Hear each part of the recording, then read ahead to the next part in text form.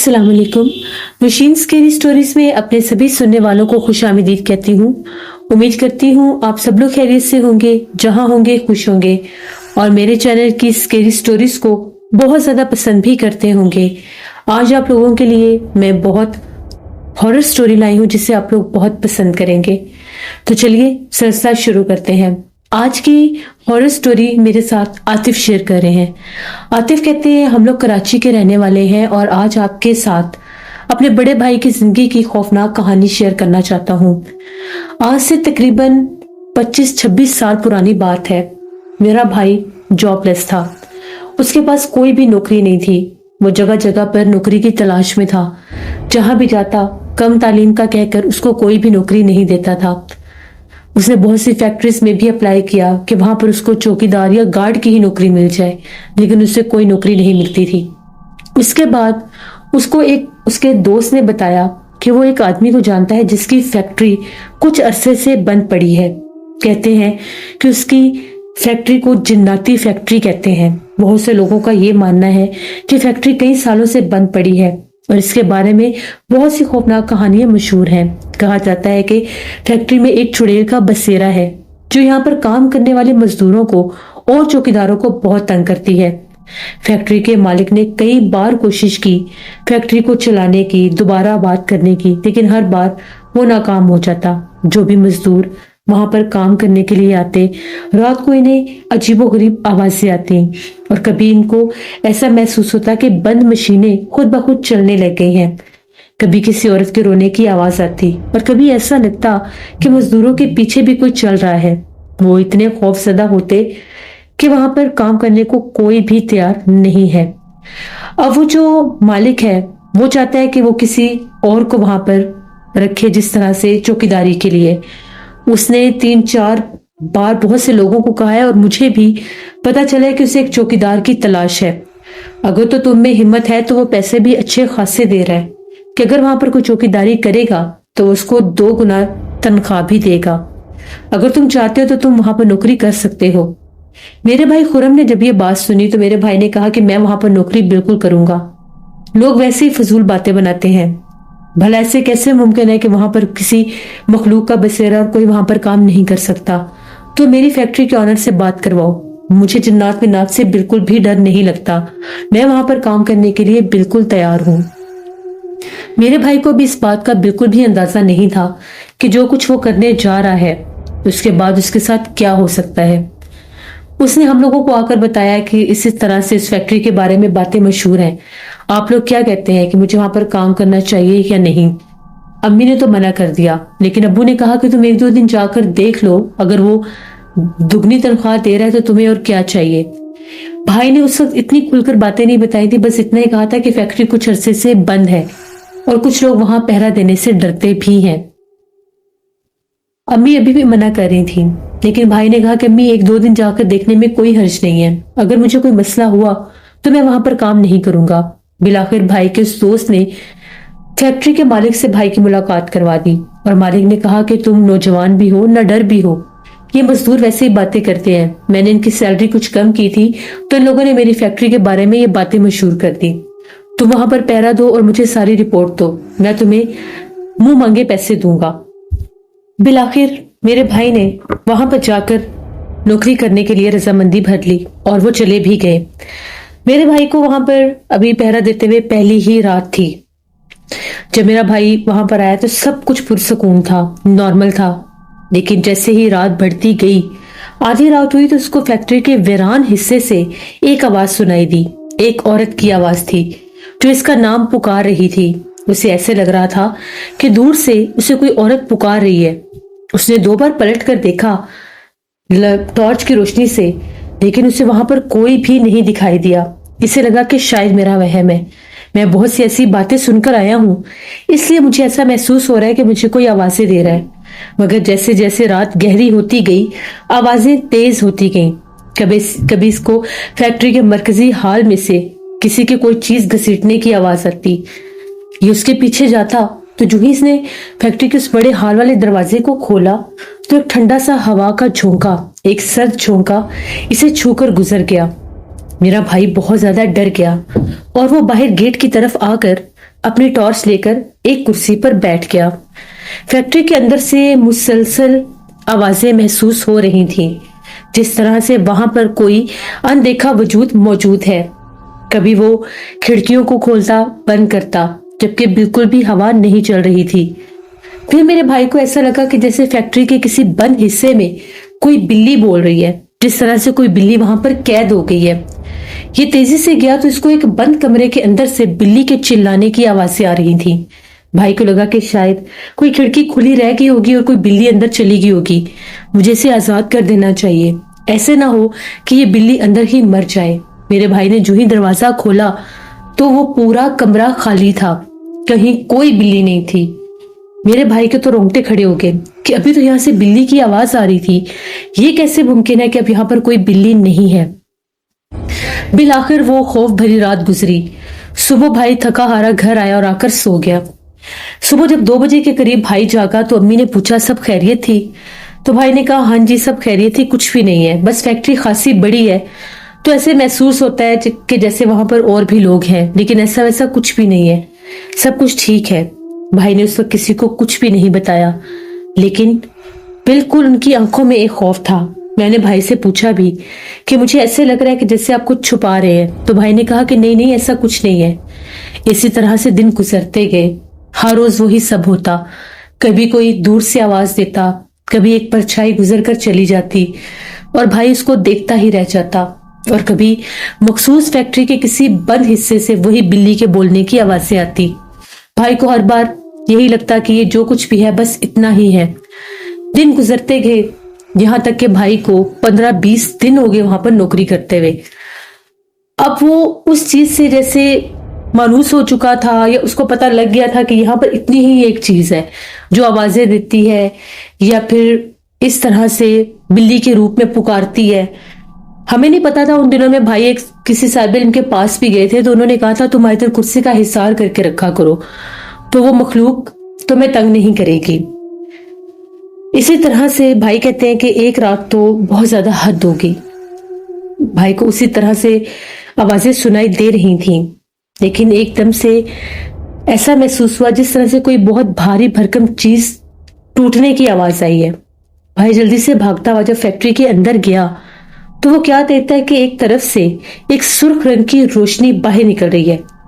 उसे लगा कि शायद किसी चीज में आग लग गई है। जब वो हिम्मत करके आगे गए तो वो रोशनी गायब हो गई।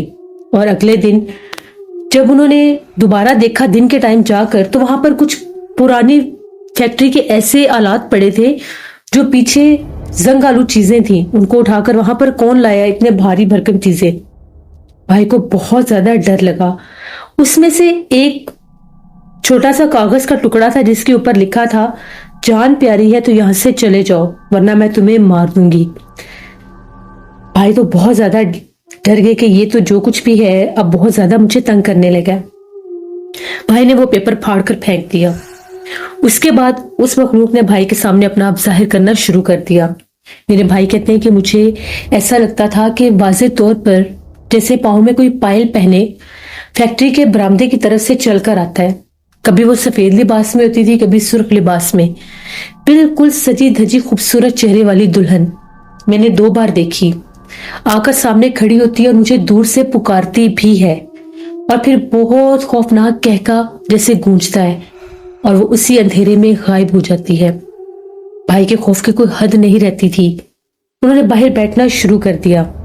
एक रात भाई अभी बाहर बैठे ही थे, आयतल कुर्सी पढ़ रहे थे, तो भाई को ऐसा लगा जिस तरह से फैक्ट्री के एक हिस्से में आग लग गई है। बहुत ज्यादा आग भड़क रही थी। भाई ने जब जलती हुई आग देखी वो तेजी से भागते हुए आग की तरफ बढ़े।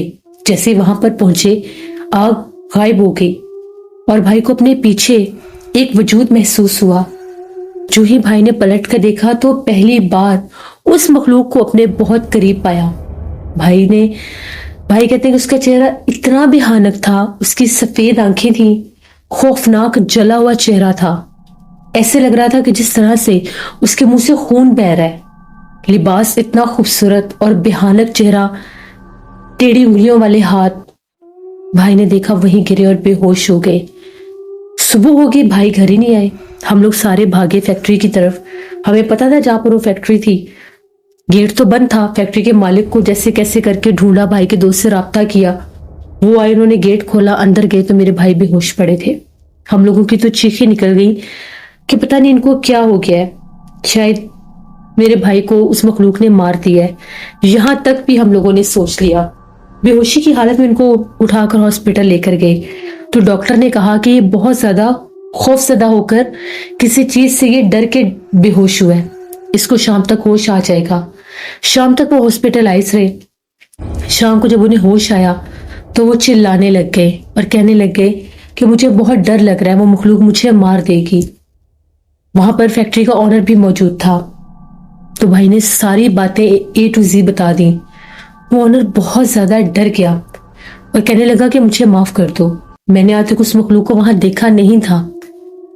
फिर भाई ने वो नौकरी छोड़ दी। हम लोग भाई को लेकर घर आ गए। बहुत अरसा भाई के ऊपर उस चीज का असर भी रहा।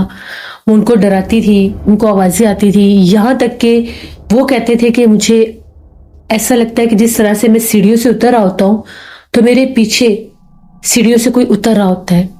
कई बार वो मुझे अपने साथ खड़ी हुई नजर भी आती है। हम लोगों ने अपने भाई का बहुत ज्यादा इलाज करवाया, जहां जहां किसी ने बताया वहां उनको लेकर गए। सखर के इलाके में भी एक बुजुर्ग थे, वहां पर लेकर गए, उनसे भी इलाज करवाया। कुछ अरसा ठीक रहते थे, कुछ अरसे के बाद फिर वही हालत हो जाती थी, रोते रहते थे, या फिर अगर बातें करने बैठना तो इतना बोलना, बातों की समझ ही नहीं आती थी। एक बात खत्म होती नहीं थी, उसमें से नई बात शुरू कर लेते थे। हमें कभी कभी ऐसा लगता था कि उनका ज़हनी तवाज़न ठीक नहीं है। बड़ी मिन्नत समाजत करके किसी साइकेट्रिस्ट के पास भी लेकर गए।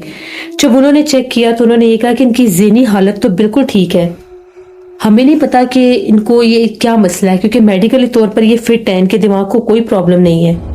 फिर हमें इलाके के कुछ लोगों ने और रिश्तेदारों ने कहा कि जब किसी इंसान के ऊपर किसी पिछल पैरी का या किसी मखलूक का बसेरा होता है तो बाज़ औक़ात उनके दिमाग पलट जाते हैं। हम लोगों ने भाई का बहुत ख्याल रखा, उनको संभाल के रखते थे। वो बिल्कुल ना समझ हो चुके थे, उन्हें पता ही नहीं लगता था कि वो क्या कर रहे हैं क्या नहीं। एक दफा कच्चा गोश्त उठाकर खाने लग गए। हमें डर लगता था। गरम गरम चाय जिसको हम लोग सोच भी नहीं सकते वो पीने लग जाते थे। कभी अपने कपड़ों को आग लगाने लग जाते थे। एक दफा एक रात की बात है, भाई घर में नहीं थे, गायब हो गए। हर जगह ढूंढा, नहीं थे पूरे घर में। बाहर देखा तो बाहर का दरवाजा खुला था। हम लोग बाहर भागे, पूरा इलाका छान मारा, जहां जहां तक जा सकते थे वहां वहां पर जाकर उनको ढूंढा, वो नहीं मिले। हम लोग जब भागते हुए बाहर चौक की तरफ आए तो वहां पर एक आदमी खड़ा था। उससे पूछा, उसने कहा कि सुलिये का आदमी तो मैंने कब्रिस्तान वाली तरफ जाते देखा है, नौजवान सा लड़का है, पागलों की तरह फटे हुए कपड़े भागा हुआ जा रहा है। हम लोग भागे सारे कब्रिस्तान की तरफ। जब हम लोग कब्रिस्तान में पहुंचे तो जो मंजर हमने देखा, हमारी रूह कांप गई। हमने देखा कि पहले हम लोग कब्रिस्तान में दाखिल हुए तो चीखों पुकार सुनाई दे रहे थे, जिस तरह से मेरा भाई चिल्ला रहा है, चीख रहा है, रो रहा है। जब हम लोग आवाजों के ताकों में आगे बढ़ते गए तो हमने देखा एक दरख्त के नीचे भाई ने बकायदा जैसे कब्र खोदते हैं उस तरह की थोड़ी सी जगह खोदी हुई थी मिट्टी की, और उस दरख्त के नीचे वहां पर बकायदा लेटे हुए थे और कह रहे थे कि मैं यहीं पर सो जाऊंगा, ये मेरा घर है, ये मेरी जगह है। हम लोगों ने तो रोना पीटना शुरू कर दिया। पूरी तरह से उनका ज़हनी तवाज़ुन खराब हो चुका था, पलट चुका था। फिर हम लोग उनको वहां से लेकर आए। एक और बुजुर्ग का पता चला, उन्होंने मेरे भाई का इलाज किया। उनके इलाज के बाद वो कुछ स्टेबल होने लग गए। तकरीबन 1 साल लगा मेरे भाई का इलाज हुआ। हमने बहुत ज्यादा अमलियात किए। कभी हम कब्रिस्तानों में गोश्त फेंकते थे, कभी बहते पानी में फेंकते थे, यहाँ तक कि समंदर पर भी जाकर हम लोगों ने अमलियात किए। 1 साल के बाद मेरे भाई की हालत ठीक हुई और उस आसेब ने उनकी जान छोड़ी। हम लोग सोच भी नहीं सकते थे कि उनके साथ ये सब होगा, ना ही वो खुद सोच सकते थे। हमेशा मेरे भाई ने बाद में यही कहा कि कभी भी इन मखलूकात को, इन चीजों को मजाक नहीं समझना चाहिए, क्योंकि जब ये चीजें इंसान पर हावी होती हैं तो इतनी बुरी तरह से हावी होती है कि उनकी जिंदगी बर्बाद हो जाती है। अगर वो वहां पर ना जाते, अगर उन बातों को सीरियस समझते तो शायद उनके साथ ये सब ना होता। हालांकि उस मखलूक ने उनको अपना आप जाहिर करके बताया भी था कि यहां से चले जाओ, मैं तुम्हें जान से मार दूंगी। लेकिन वो फिर भी वहां पर डटे रहे और काम करते रहे। इंसान चाहे जितना भी बहादुर हो, लेकिन ये मखलूकात ऐसी हैं कि इनसे मुकाबला नहीं किया जा सकता। अल्लाह का शुक्र है मेरे भाई ठीक हैं, काफी अरसा गुजर चुका है, उनकी शादी नहीं हुई, वो शादी करते ही नहीं है। कोशिश की थी उनकी शादी करने की, लेकिन उन्होंने कहा कि अगर मेरी शादी की तो मैं खुदकुशी कर लूंगा। उनके दिल दिमाग में इतना खौफ है कि वो कहते हैं कि मैं किसी के साथ नहीं रह सकता। अक्सर वो अभी भी अकेले रहते हैं, अकेले अभी भी। हमारे घर के 2 पोर्शन है, कई कई दिन वो नीचे ही नहीं आते, लेकिन अब उन पर वो आसेब नहीं है। मगर वो कहते हैं कि मुझे शादी वाले घर से वो डर लगता है, दुल्हन के लिबास से वो डर लगता है, वो एक खौफ उनके अंदर बैठा हुआ है। तो ये मेरे भाई की एक कहानी थी। बहुत शुक्रिया आतिफ आपका। अल्लाह से रहम मांगना चाहिए। लिसनर, कभी भी इन चीजों को मजाक नहीं समझना चाहिए। ये चीजें बिल्कुल भी मजाक नहीं होती। इंसान की जिंदगी से बढ़कर कुछ भी नहीं होता। कभी भी बहादुरी के उस लेवल पर नहीं जाना चाहिए कि जहां पर आप इन लोगों से टकराने की कोशिश करें। अल्लाह ने हमें इनसे दूर रहने का सबक ही दिया है कि हम लोग इनसे बच के रहें। कोई भी इंसान, आम इंसान, इनसे मुकाबला नहीं कर सकता। ये थी आज की नौशीन स्केरी स्टोरी की लेटेस्ट एपिसोड। उम्मीद करती हूँ आप लोगों को पसंद आई होगी। आप लोग भी अपनी खौफनाक कहानियां शेयर कर सकते हैं डिस्क्रिप्शन बॉक्स में दिए गए ईमेल आईडी noshinmilk57@gmail.com पर। इसके अलावा आप लोग मुझे कमेंट बॉक्स में भी स्टोरी शेयर कर सकते हैं। इंशाल्लाह ताला परसों फिर मुलाकात होगी किसी नई खौफनाक कहानी में। आप सबको मेरी तरफ से हज बहुत मुबारक हो। अल्लाह हमारे लिए ये ईद खुशियों भरी लेकर आए, आप सबके लिए भी, हमारे लिए भी। अपनी दुआओं में मुझे, मेरी फैमिली, मेरे पूरे पाकिस्तान को याद रखिएगा। Thank you for listening my stories. Stay tune. Allah Hafiz.